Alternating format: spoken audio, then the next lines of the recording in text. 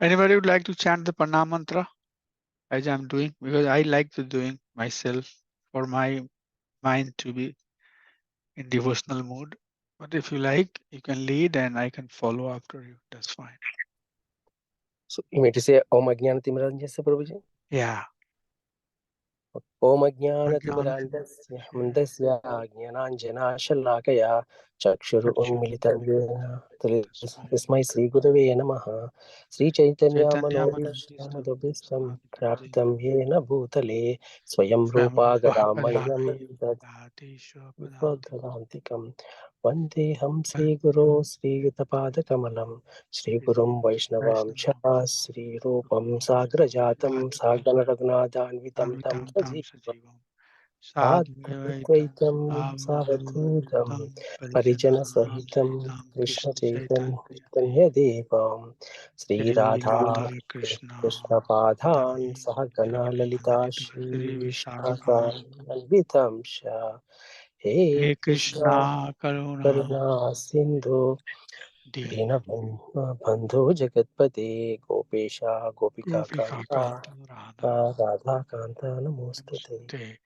Tapta Taptakam Kanchana Gauranga Gaurange Radhe Radhe Vrindavaneshwari Vrindavaneshwari Vrishabhanu Vishwanu Sudede Sute Devi Pranamami Pranamami Hari Hari Priye Panchakalpat Kalpatarubhyascha Patarubhyasya Kripa Kripa Sindhubhya Sindhubhyeva Cha Patitanam Patitanam Pavane Pavanebhyo Vaishnavebhyo Vaishnavibhyo Namo Namo Namaha Namo Jai Sri Shri Krishna Krishna Chaitanya Prabhu Nityananda Sri Advaita Gadadhara Srivasadi Gaura Bhaktapunda Hare Hare Krishna Krishna Hare Krishna Krishna Krishna Hare Hare Hare Hare Hare Hare Rama Hare Rama Rama Rama Rama Hare Hare Hare. Thank you so much, Prabhu. Harinam Sankirtan ki jai.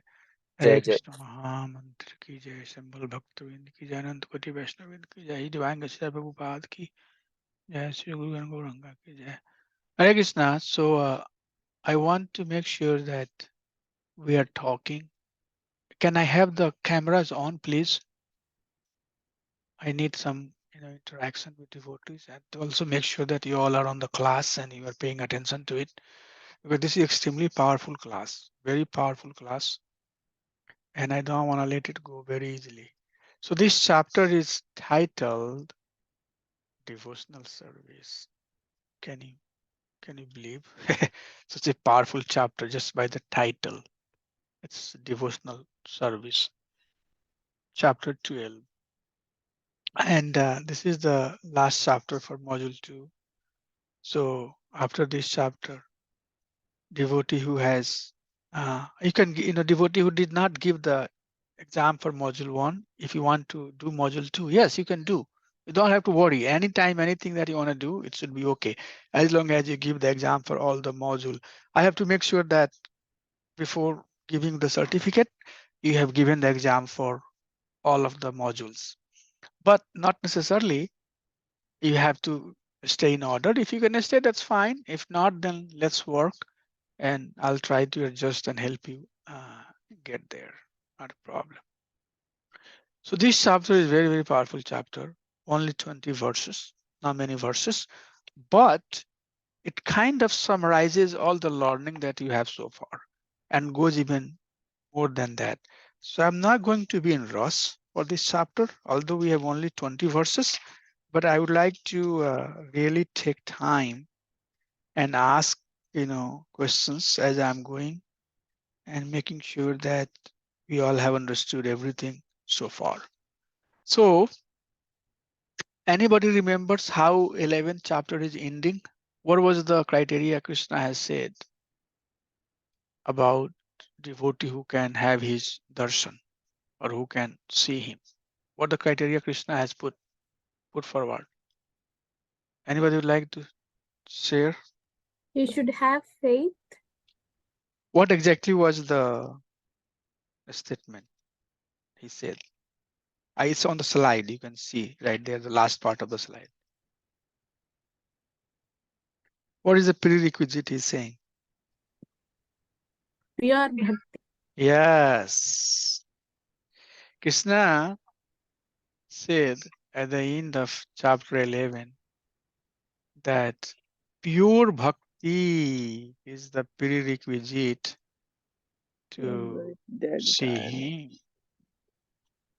Now, can everybody do pure bhakti? That's No, the not right first now. the first question that will Later. come after Where are you going after? after hearing all of this. That Okay. okay, I understand. Huh? But can you please tell me what is pure bhakti? Okay, Right? listen, can you? So that's what is basically going to be in this chapter. We have to understand what is pure bhakti and can everybody do pure bhakti. So Krishna, step by step, help us understand these things. First, what is pure bhakti? What is not pure bhakti? And then if everybody should do pure bhakti, but if we cannot, then what else? What else? What else? What else? Like that, Krishna will say.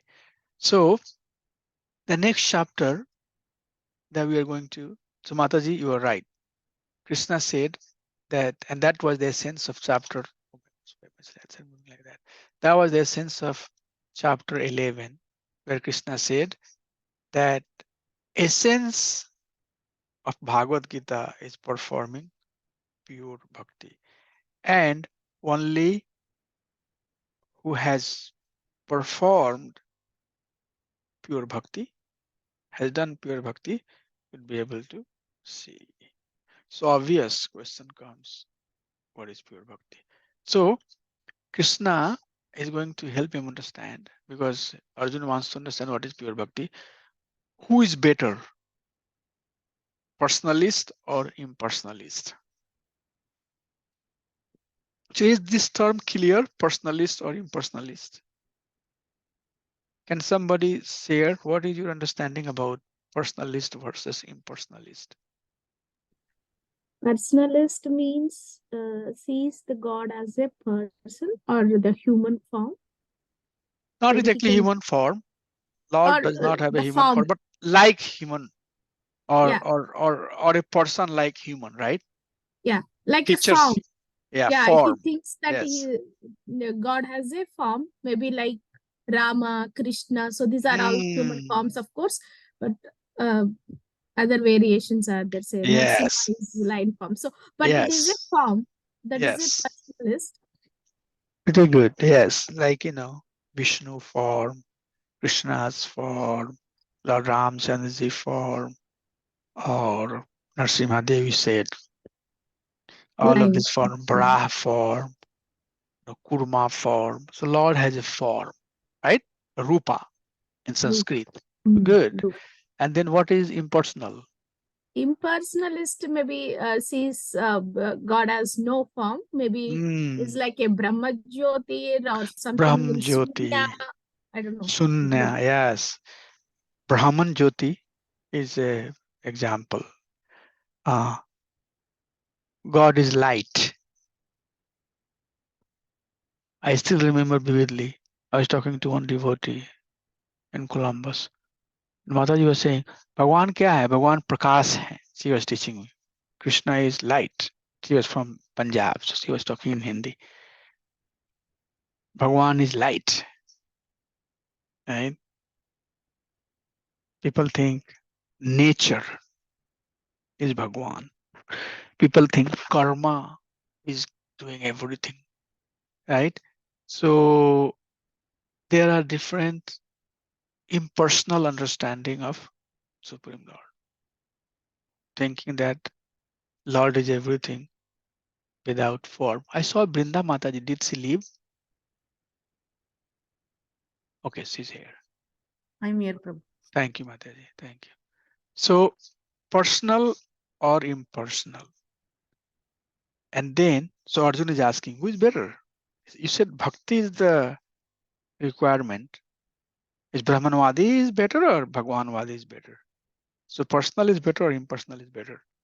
When we put into school of thought, then we are basically the follower of Madhvacharya, Ramanujacharya, and Mahaprabhu, they emphasize on the personal form of the Lord. And then there are some school of thought who preached or who are preaching that God has no form. They have believe in God. So it's all,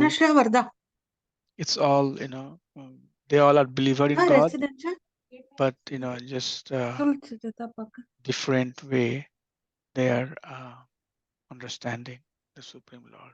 Okay. So then question comes, what superior? Is it personal form superior or impersonal form superior? That's the question being asked. Then Krishna explains who is superior. And then after that, he gives the bhakti, progression of bhakti. What is pure bhakti and how one can engage in it.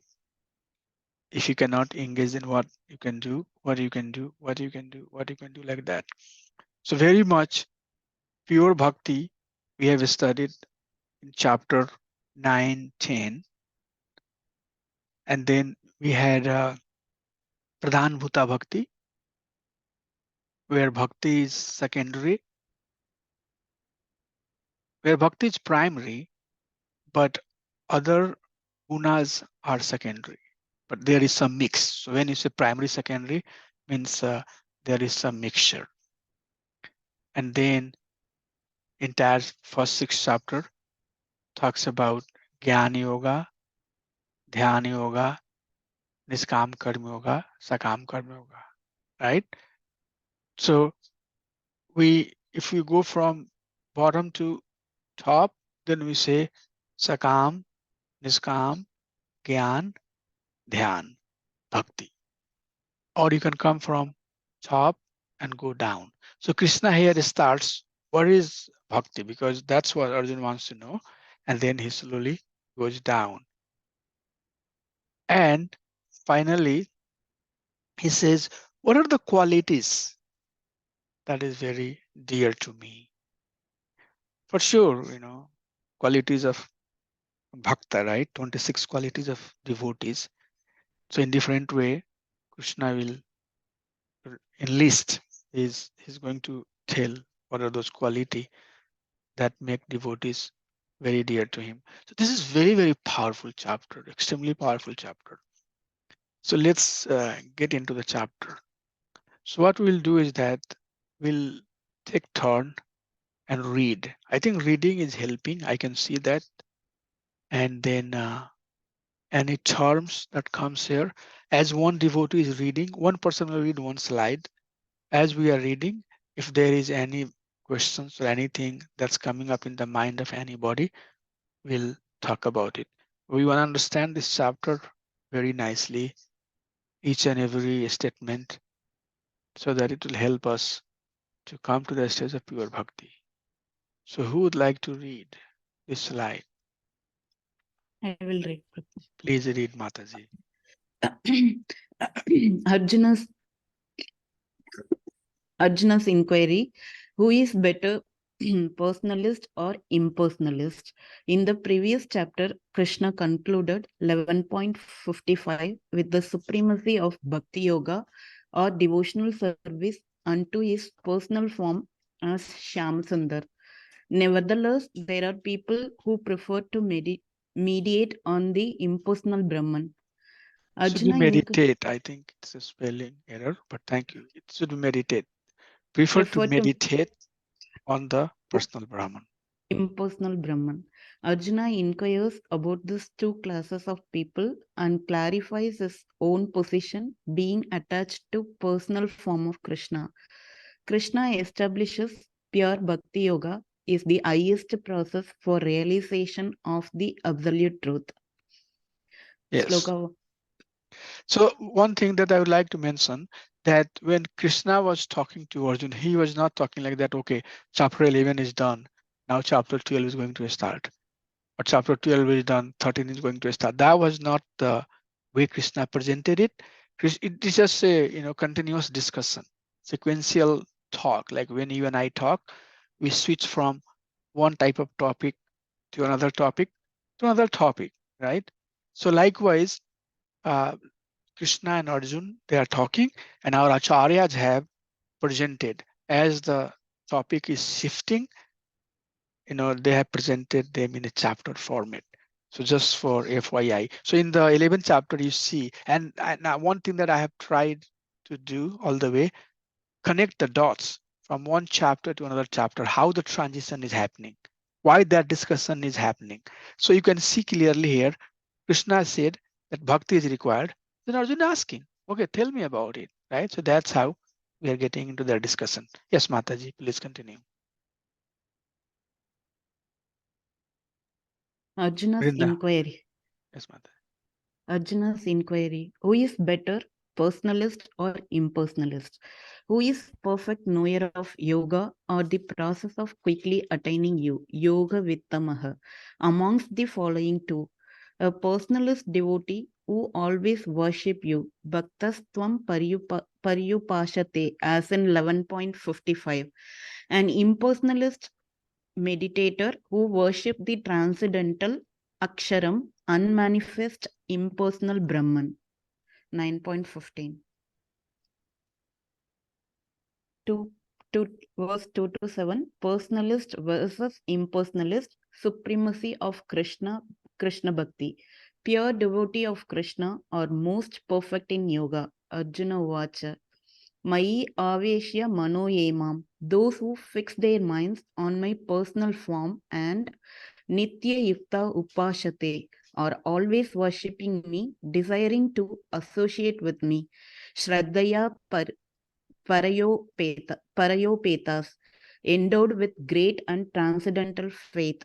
Teme Yukta Tamamataha, are considered by me to be most perfect. Such Ananya Bhakta quickly attain me. 3 to 4.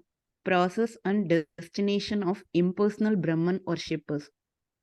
Yatva Aksharam Anideshyam Avyaktam Paryupashate. But those who fully worship the unmanifested, which is beyond sense perception, indefinite.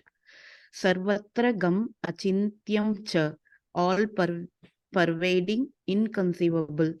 Kutastam Achalam Dhruvam, unchanging, fixed, immovable. Just 1 minute. I need to check one thing. Yeah, that's what I was saying. So this second verse, this is Sri Bhagavan Vacha. Because Arjuna would not say like that.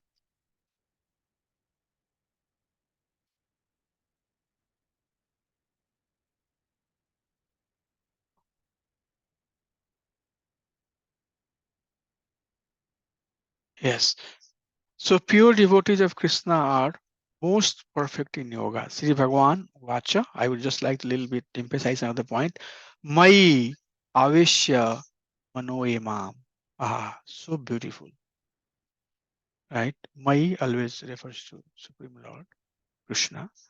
Aveshya Mano. Mano is mind. Emam. So one of the exercise I think at some point we have to do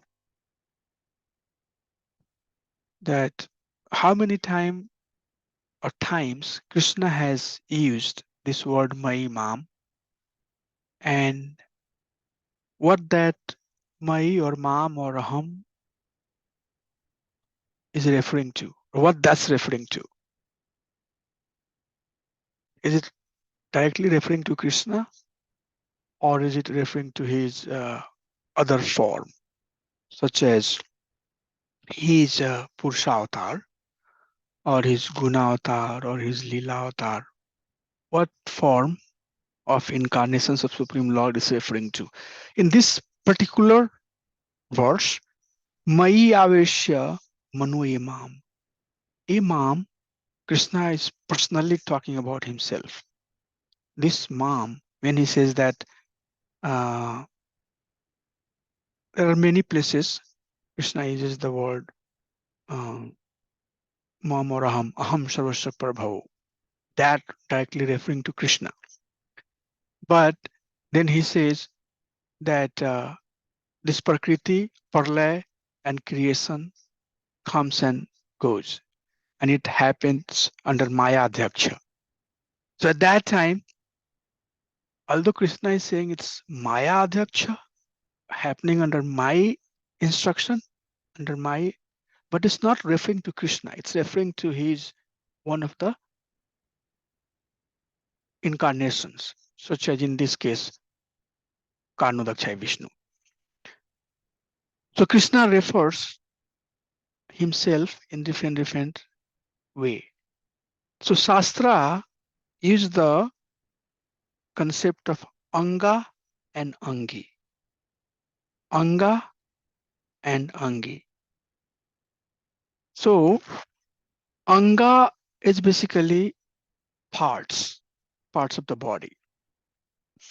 And Angi is the soul who has hold this body, right? So I as a soul, I am possessing all the parts of my body. So when I say this is my body, that means the hand, the eyes, the ears, everything that I have is mine. But me is also separate from all of these parts that I'm saying. Krishna is not separate in that way, but the point that I'm trying to drive here is that Angi can say that all of these Angas are mine. So when we talk about Krishna's various manifestation, such as Krishna is Swayam Bhagwan, then is Swayam Prakash, is Vaibhav Prakash. We have seen the slide. If not, then I can show you sometimes. So Swayam Prakash is all the energies which are directly expanding from Krishna. Vaibhav Prakash is also, but the mood is different. And then from Vaibhav Prakash, Tadekatma Rupa comes. And then from there are different personality in the spiritual world, all the forms of Vishnu that we are talking about. And then there are forms who comes in the material world, like his Guna Avatar, Purusha Avatar, Lila Avatar. But all of that, whatever form we are talking about, Krishna can refer to any one of this form and say it's Aham or it's me, because all of that is coming from Krishna. So this is one of the concepts we have to understand very clearly, that in the Bhagavad Gita, Krishna has used this word Aham, Mam, Mai multiple times, but not every time that Aham refers to direct Krishna. Sometimes it refers to his other Purusha form. He can say Aham, and at that time he's referring to his Karnodakshai form. Sometimes he will say Aham, but he's referring to Brahma. He'll say that, I come and create. From my mind, all of these sages came. So Krishna can say that Brahma is I, but Brahma cannot say Krishna is I. So that's how we understand. So here, Mai Avasya Manoyam Mam, Krishna is directly talking about a Mam, me, personal. I'm right here as a person. So that's the point I wanted to emphasize. Why Krishna only? Because Krishna is saying here, Mai Avasya Manoyam Mam, Nitya Yukta Upasate. Always Upasate means worshipping. Always Nitya Yukta, completely, following the process. Yukta refers to method. Badhi, in a very bona fide way, is engaged worshipping me. Shraddhaya, with faith. Faith is the first step. Ato Shraddha, Tato Sadhu Sangha, Bhajan Kriya, Anartha Nivritti, like that. So with deep Shraddha, what happens to them? They may yukta uttamo mataha, are considered by me the most perfect. So now we can have our own definition of being perfect, right?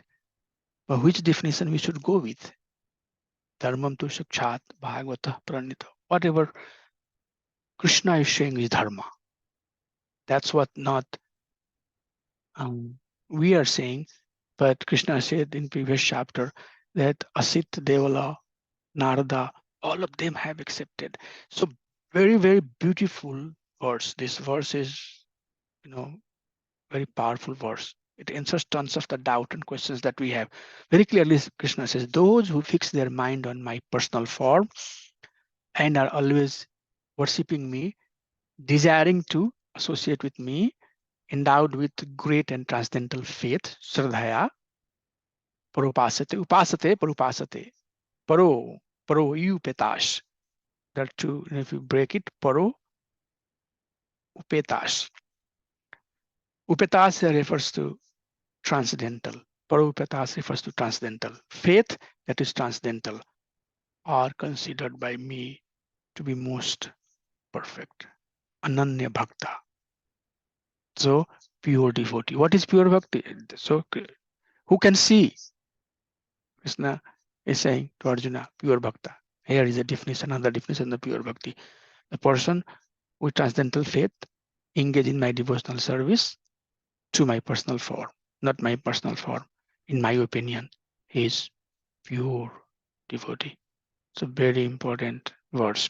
And then after that, he starts talking about what are the feature of the impersonal form. So this verse, please read the purport by yourself. That's the homework.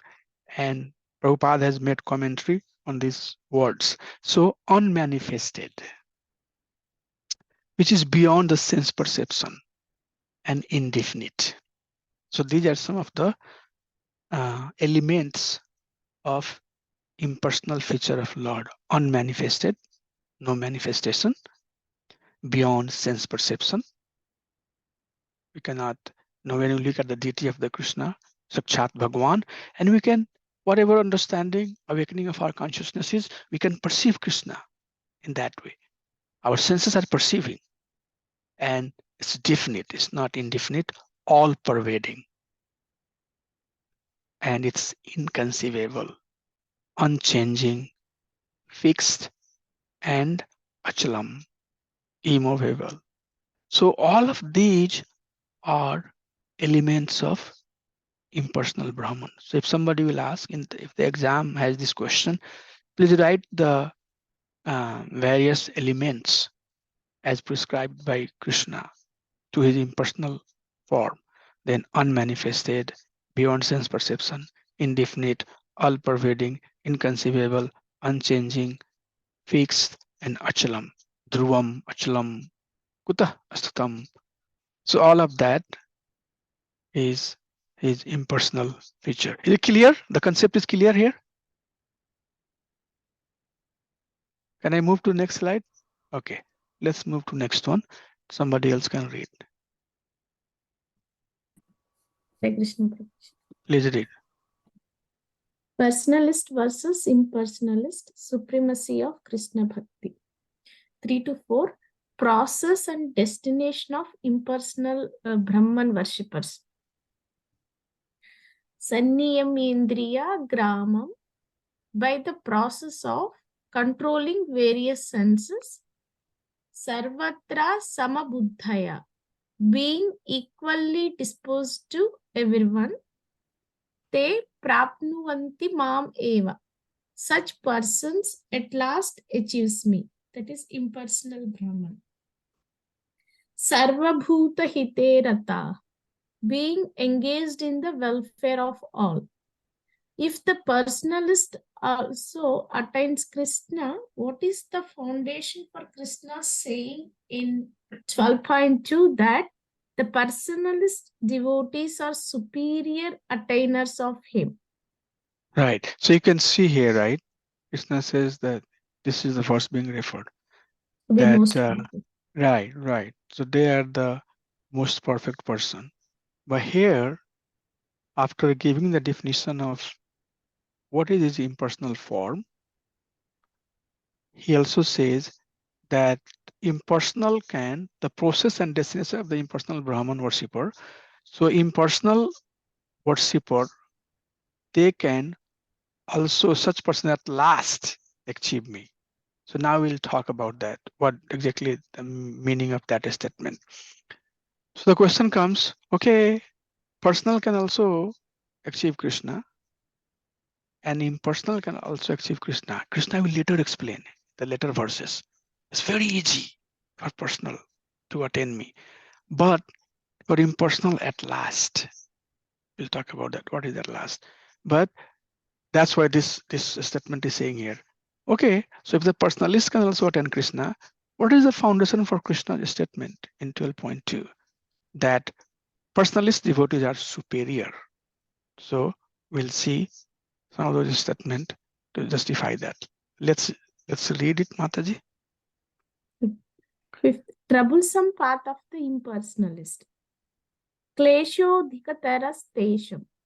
Advancement is very troublesome for those avyaktasakta chetasam, whose minds are attracted to the unmanifested impersonal features of the Supreme. Avyaktahi gatir dukkham. To make progress towards the unmanifest is difficult. They have avapyate for those who are embedded. Yes, please read that part also. Bhakti Yoga Bhakti versus. Yoga versus Sorry, Jnana I'll have to go Yoga. back. I don't know why it's moving. Yes. Okay. Bhakti Yoga versus Jnana Yoga.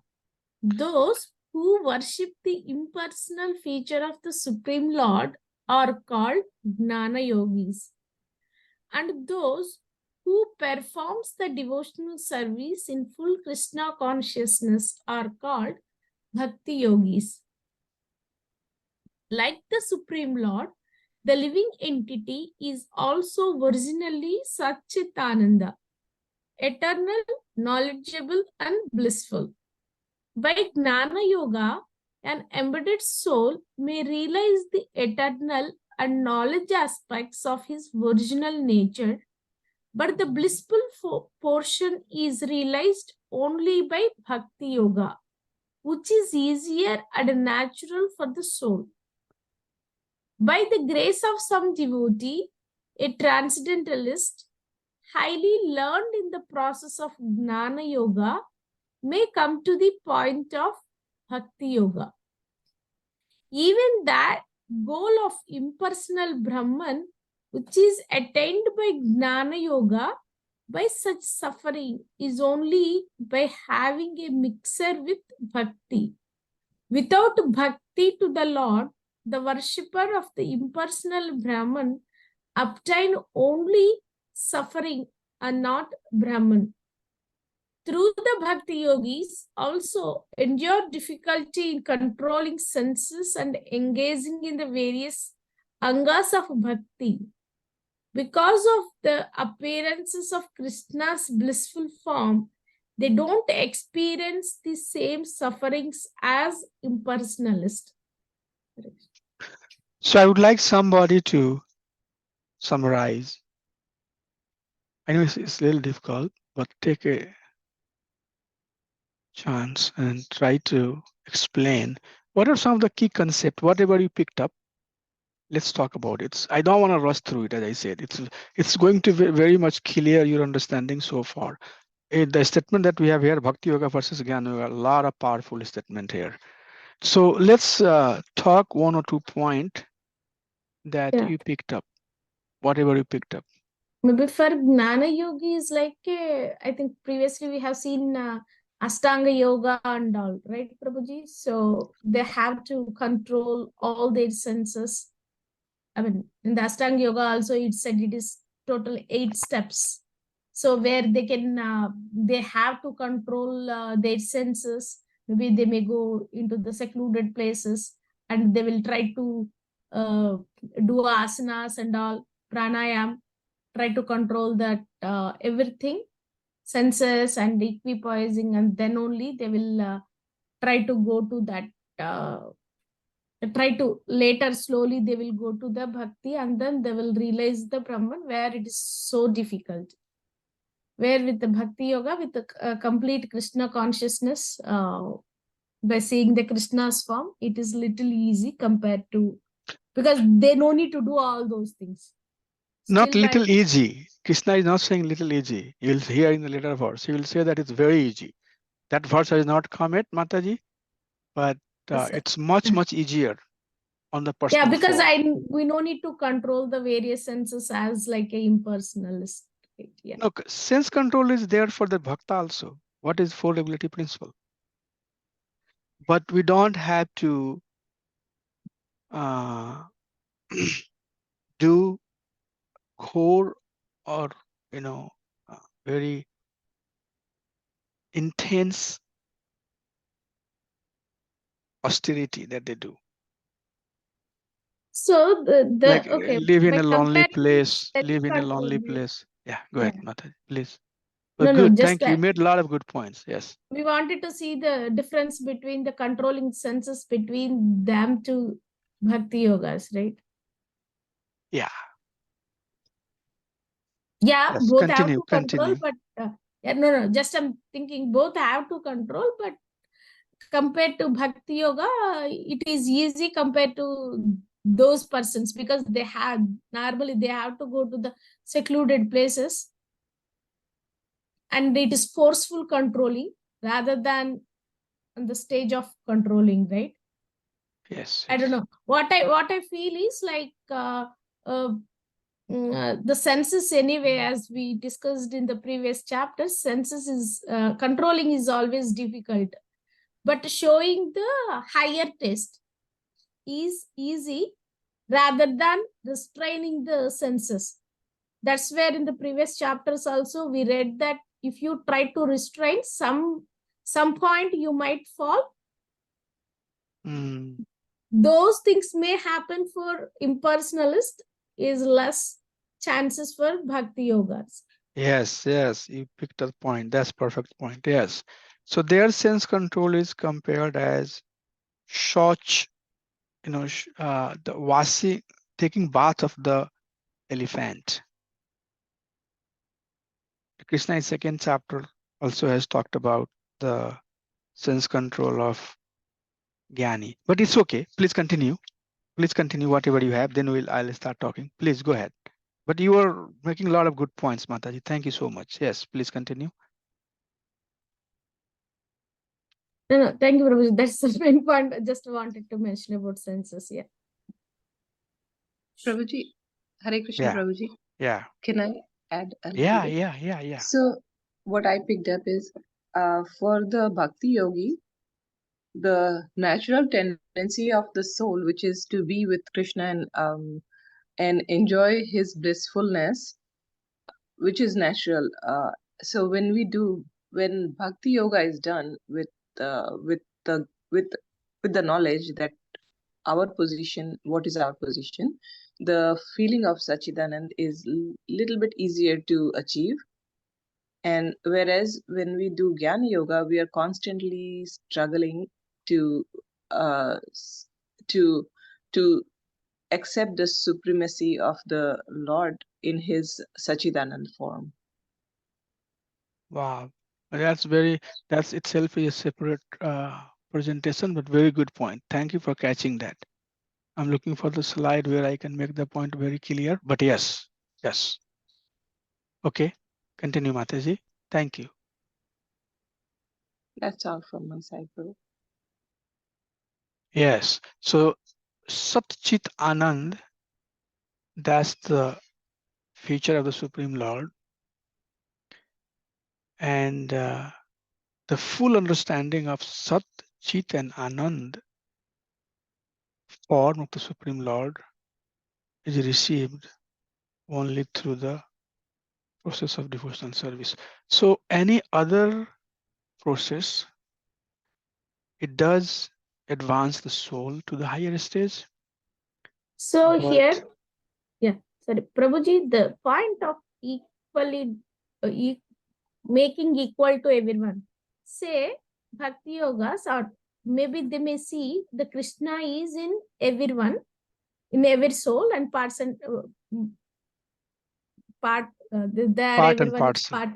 part and parcel, so that no, they will try to see the equality in all jivas, where they are thinking that okay, these are all part and parcel of Krishna.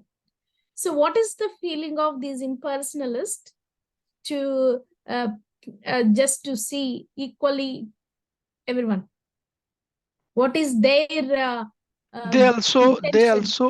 also, so impersonal form in chapter 6, Krishna has talked about two stages, Yoga Rudha and Yoga Arudha stage. So when one is in the very higher stage of their Ashtanga Yoga process, their meditation is on Paramatma. So at that stage, they also have the quality of seeing all the living being equal. So they also at the very advanced stage, that has to happen. Either you follow the process of Gyan Yoga or Dhyan Yoga or Bhakti Yoga. One has to come to this stage of being equilibrium, equipoised, and samdarsita has to happen. Okay, so they also, to answer your question, they also have that feature or that quality. Yeah, they have to see. Yeah, that is one of the quality. Yes, they have to see equal to. I mean, everyone is equal. So they also see Paramatma, whatever Brahma Jyoti, right? Impersonal Brahman. They also see in everyone, and they wanted to make.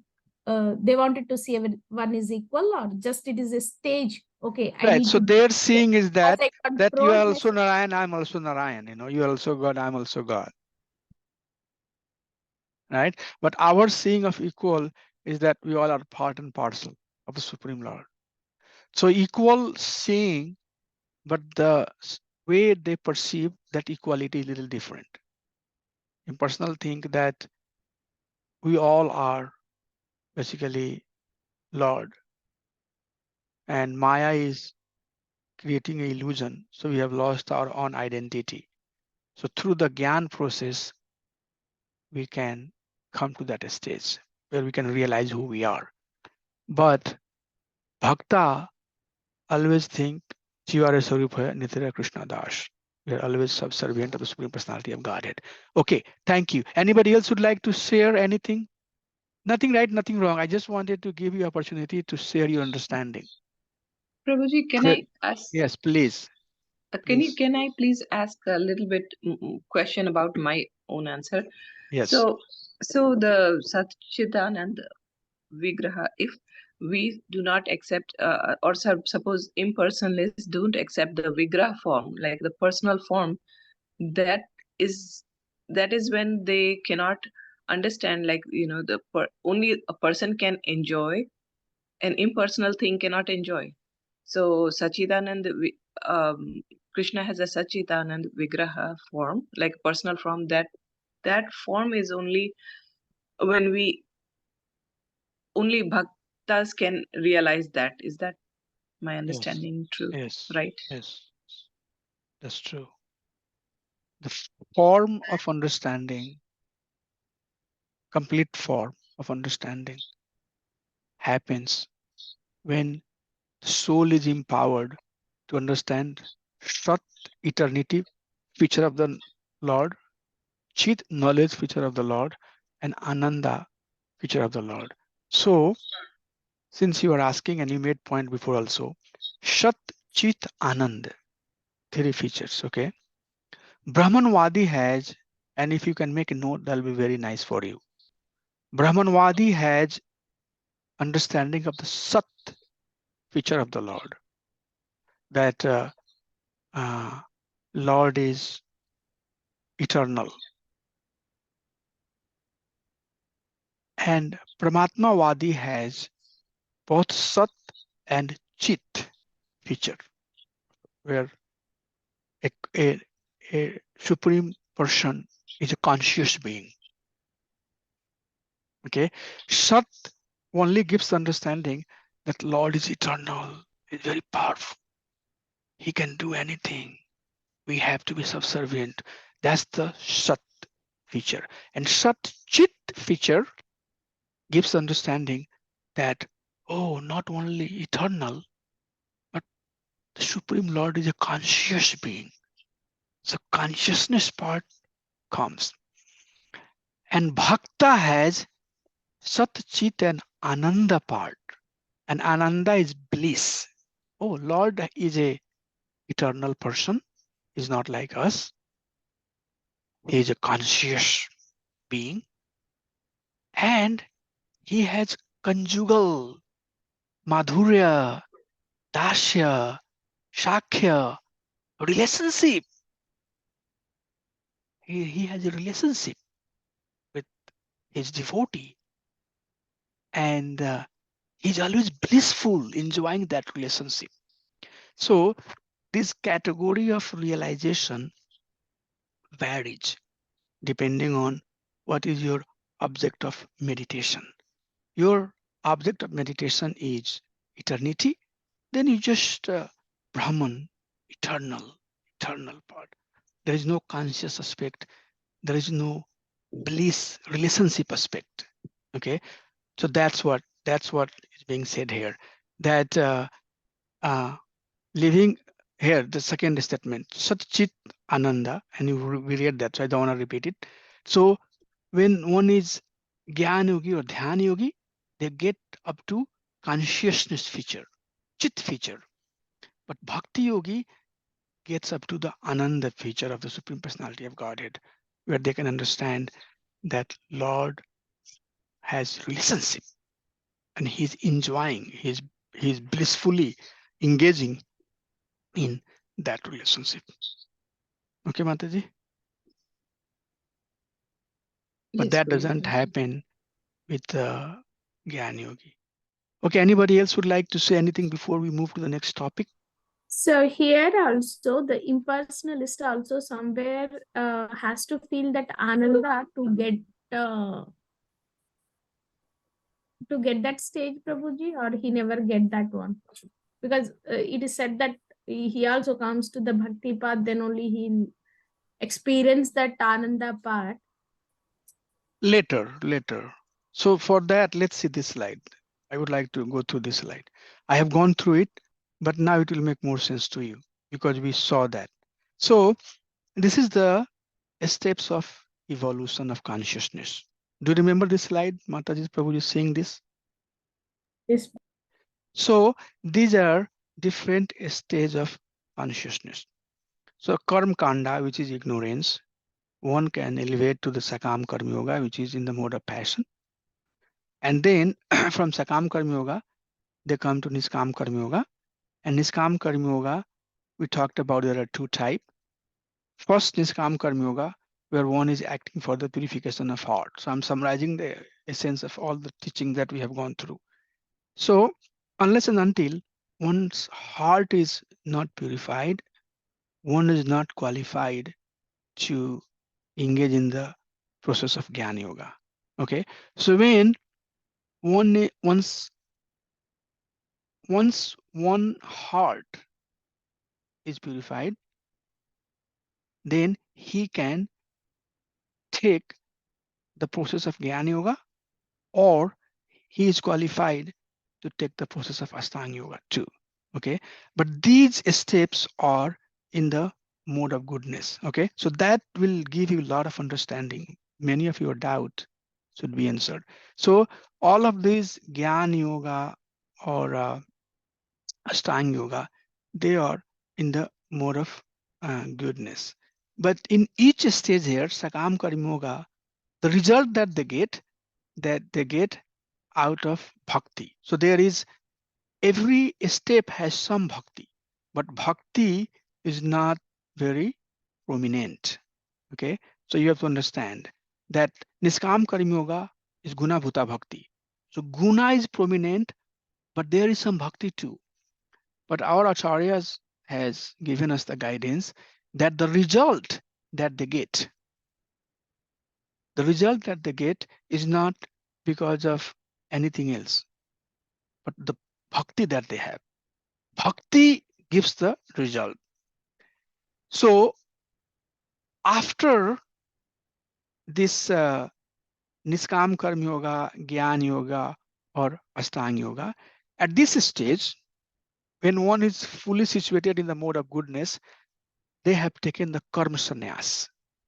Means they are not bound with the action and reaction of the karma. That person is fully detached. So understand the advancement. Now this person has, so Ashtanga Yogi, Gyan Yogi, you can't say that they are not advanced. Prabhupada said they are transcendentalist. Brahmameti, Paramameti, Bhagavanati, Sabdate. They all are transcendentalist. But this slide will help you understand where they stand on their consciousness. So they have basically taken the karma sannyas, but Jnana Yogi or Ashtanga Yogi is still are attached to the Jnana.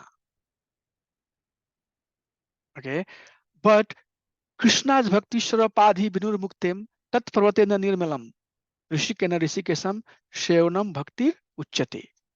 Bhakti, when we say unalloyed devotional service, all the endeavor, either karma endeavor or Jnana endeavor, has to be dropped out. And one has to act fully for the pleasure of Supreme Lord. So pure bhakti begins when one has given up Gyan Sannyas also. Okay, and then he is fully performing the Bhakti Yoga. As Bhakti Yoga, it has become Annavilasita Sunyam. There is no endeavor for Gyan, there is no endeavor for karma, and that is the pure devotional service, Suddha Sattva. Okay, that will finally make one liberate, go back to home, back to Krishna. So these slides should help you understand where the Gyan Yogi and Ashtanga Yogis are. They are very advanced. The Gyan Yogi and Ashtanga Yogi stage comes only when one has completely purified their heart. So purification of their heart is basically all of that basic, understanding that I'm this, I'm that, I'm Indian, I'm American. That all has happened. That person has already gone. They are not seeing the difference in the living beings and all of that. They say that all are part and parcel of that eternal Lord. And once the heart is purified, then one is qualified to take the Jnana Yoga and then Ashtanga Yoga. So like that, it's not like that Sakam Karma Yoga is qualified to take Jnana Yoga. Or Sakam Karma Yoga is qualified to do Ashtanga Yoga. I'm not there and I can feel like that. Okay. And Bhakti Yoga, pure Bhakti Yoga begins only when we have no Karma Prayas and no Gyan Prayas. Then that's called Ahituki Bhakti, unalloyed devotional service.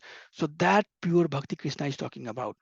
That's what basically this slide in different way trying to say.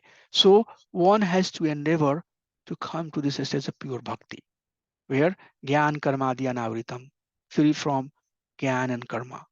Anyavilasita Sunyam. There is no avilas. Okay. But that doesn't mean that Gyan Yogi or Ashtanga Yogi is not advanced. They're advanced too. But their advancement has not come up to this stage where they are not free from endeavor of Jnana. Because Gyan Yogi thinks Gyan nahi Gyanina sadrisham. They think that there is nothing higher than Gyan. And Gyan help us get this illusion out. And once the illusion is out, then we become Lord. Okay. So don't confuse yourself. Take the picture of this slide, meditate upon this. Just try to understand this one. Let the doubt keep aside unless and until it's bona fide doubt. Meditate on this. This will help you understand. This is very powerful coming from Vishnu Chakravarti Thakur. Okay, so this one should help you understand where Jnana Yoga falls, where Niskam Karma Yoga falls, where Sakam Karma Yoga is falling, and where Bhakta is falling. Okay, Bhakta has now understanding of Satchit Anand feature. Gyan Yogi has understanding of Sat feature. Ashtanga Yogi has Sat and Chit feature. So complete understanding of Supreme Lord happens when one understands his all three feature. And that when we talk about the 9 stages of bhakti. At the bhava stage, one is now very close to performing complete pure devotional service, but still there is some tinge of impurity. And prema bhakta has all of that gone. So the Shuddha bhakti, the pure bhakti that Krishna is talking here, he's talking about that bhakta who has come to this stage of not endeavoring for jnana and karma, only acting for the pleasure of Supreme Lord. Okay, let's read this 6, 7 and then we'll finish. Would like to read, we'll not read 8, 12, just to read this part and then we'll adjourn today. See the definition of Ananya Bhakta. So I thought I gave you a good background. Now let's hear from Krishna. Yes, Prabhu. Manohar Prabhu, you would like to read? Or anybody would like to read? Yeah, I'll read it. Yes, Prabhu. You'll see how it's aligning with what we just saw. Yeah. Prabhu, please go ahead. 6, 7. Bhakti, the simple and easy path of personalist, Ananya Bhaktas. ये तु सर्वाणि कर्माणि मयि सन्न्यस्य मत्पराः. Should I read the whole verse first? It's up to you, Prabhuji, however you would like. No problem. ये तु सर्वाणि कर्माणि मयि सन्न्यस्य मत्पराः. But for those who give up their activities unto me, being devoted to me, Ananya neva yogena, without deviation, engaged in devotional service, Mam dhyayanta upasate, and always meditating upon me and worshipping me. Tesham aham samuddarta, for them I am the swift deliverer, Mrityu sansara sagarat, from the ocean of birth and death. Bhavami na chirat partha, I deliver them quickly, O son of Pritha. Maya aveshita chetasam. Maya aveshita chetasam. Because they fix their minds upon me. Krishna explained difference between worshipping his personal and impersonal features. There is no reciprocation from the impersonal feature. There is full protection and swift deliverance from the personality Krishna. Sorry. Yeah, that's it. No, I'll come to that stage. Yes. Sorry. Having established. Having established bhakti, Krishna will now explain in the next 5 verses multiple levels of bhakti, beginning with the highest stage, descending ladder. Yes. So this verse, 6, 7 verse, should answer all of your questions. Everything Krishna has very nicely summarized in this verse. He says that who has given up all of their activity. So all of their activity is karma prayas and gyan prayas. He is very fully devoted unto me without deviation. Shraddha Shabd Vishwas kahe dridh nishchay Krishna Bhakti kaile sarva karya siddhi hai. I am not opponent of anything. But if I have understanding correct, I should go with my understanding. Krishna says that by just worshipping me without deviation, just worshipping me, engage in my devotional service. Sometimes it's hard to even convince your spouse. But that's what Krishna is saying, that without deviation. Because Angi has all the Angas. When we are seeing the form of Krishna in the universal form, it's telling us everything. He is the possessor of all the forms. That's the practical application of looking at that universal form. He has everything within him.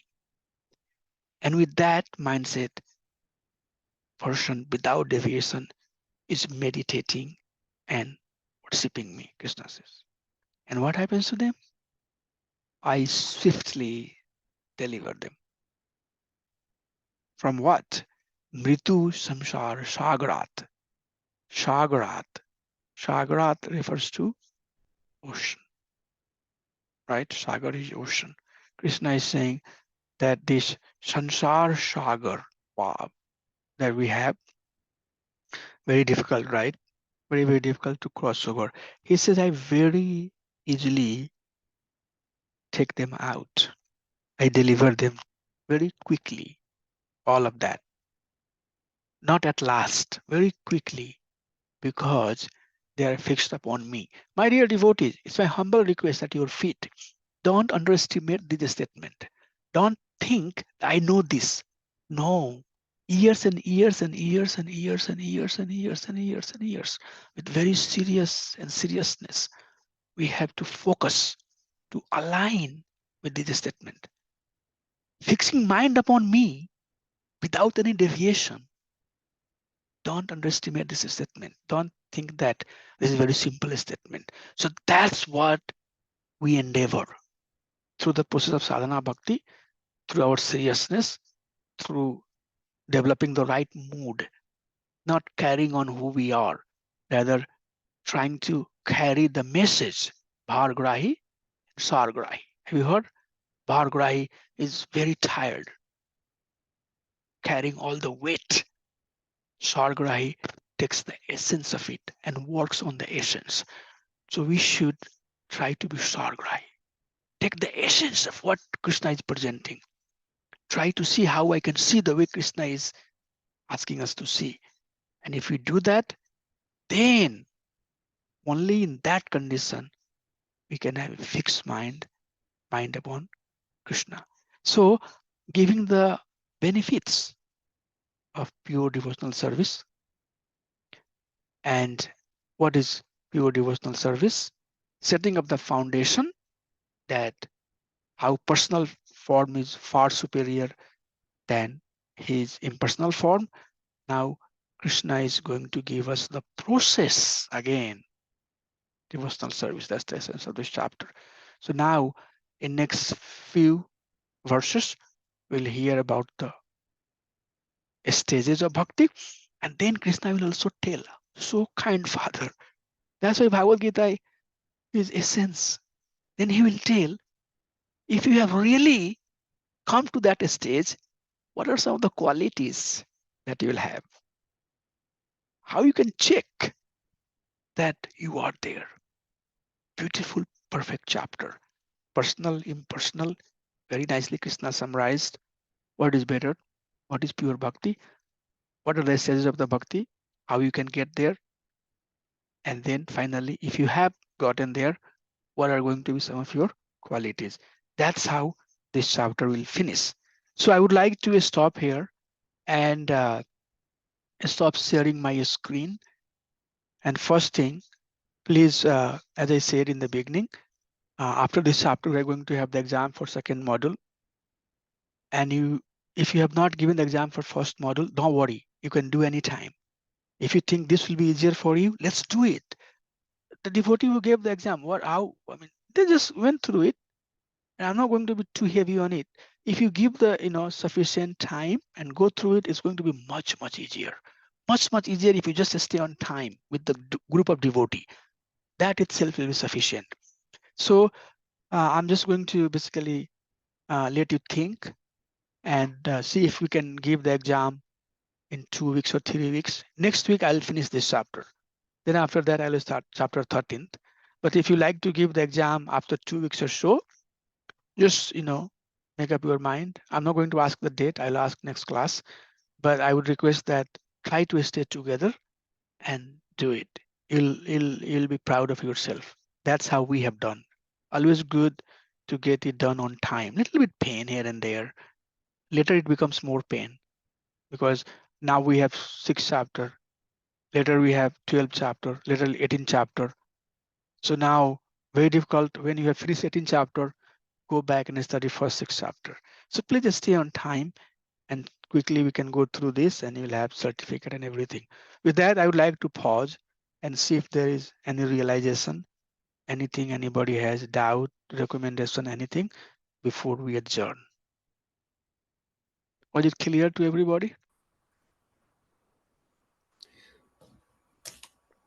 Prabhuji, when you were giving the differences between Satchidananda Vigraha form and the devotional service, and the difference between Brahmanvadi, Gyanvadi, Paramatmavadi, and um, the Gyanis and the Bhaktas.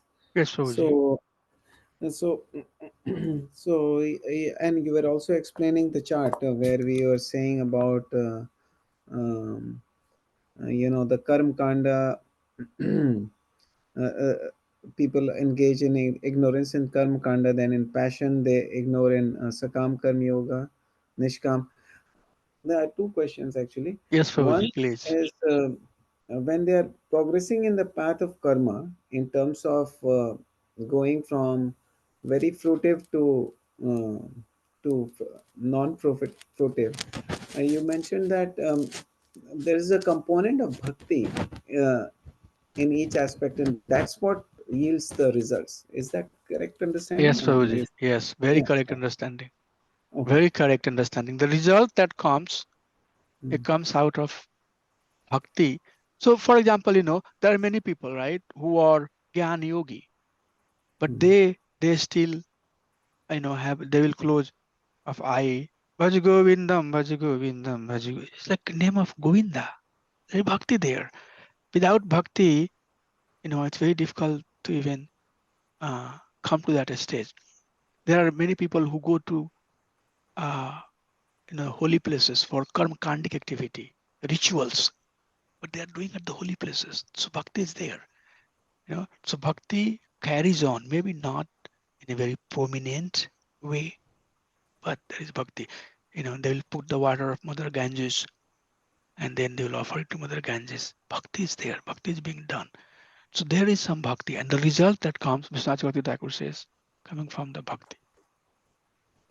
mhm. Okay.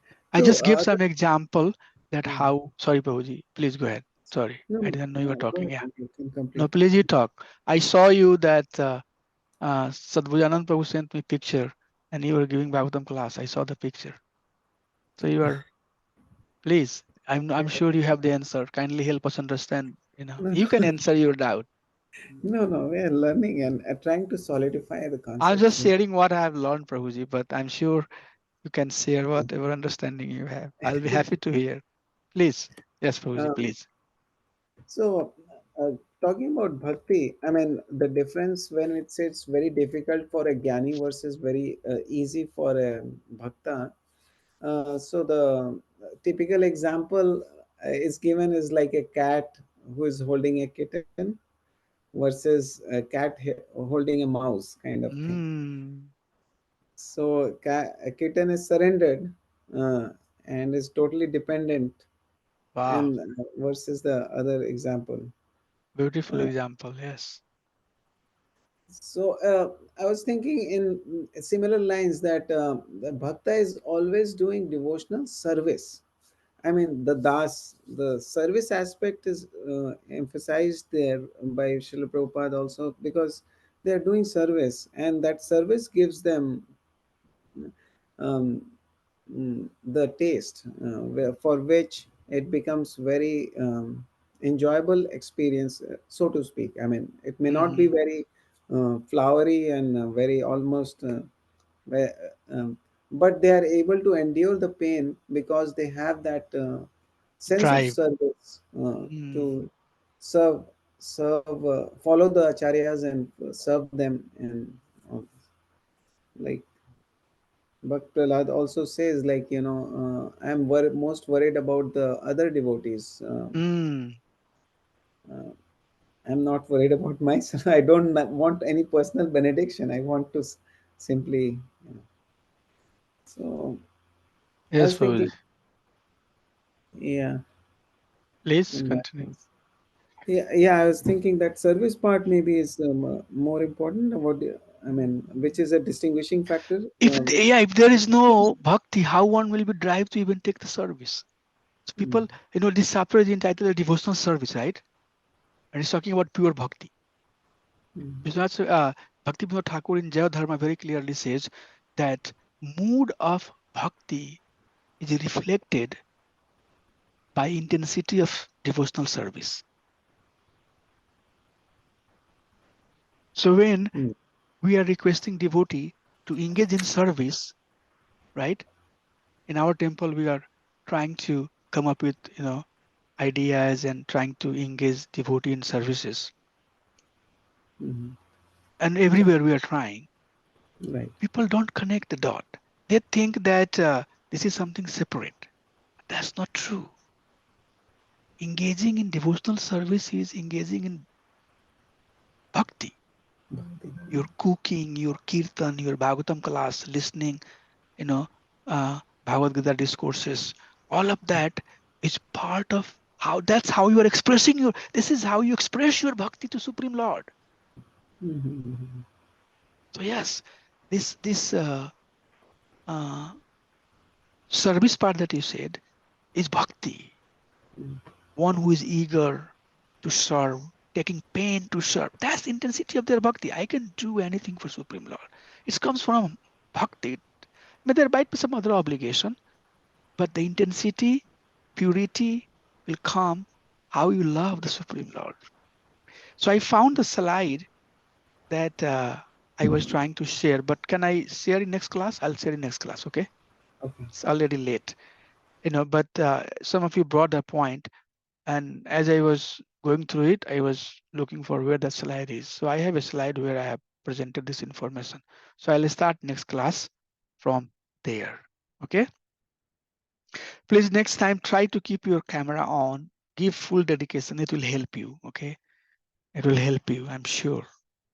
Okay, with that, I would like to adjourn here. Vanchkalpatarubhyasya kripasindhubhyayavasya patitanam pavanebhyo vaishnavebhyo namo namaha. Assemble Bhakti Vrinda ki jai. Thank you so much. Hare Krishna Prabhu's Mataji's Hari Bol. See you Hare all. Krishna. Hari Bol. Hare Dandavat Hare Krishna. Pranam. Krishna. Hare Krishna. Hare Thank Krishna. you.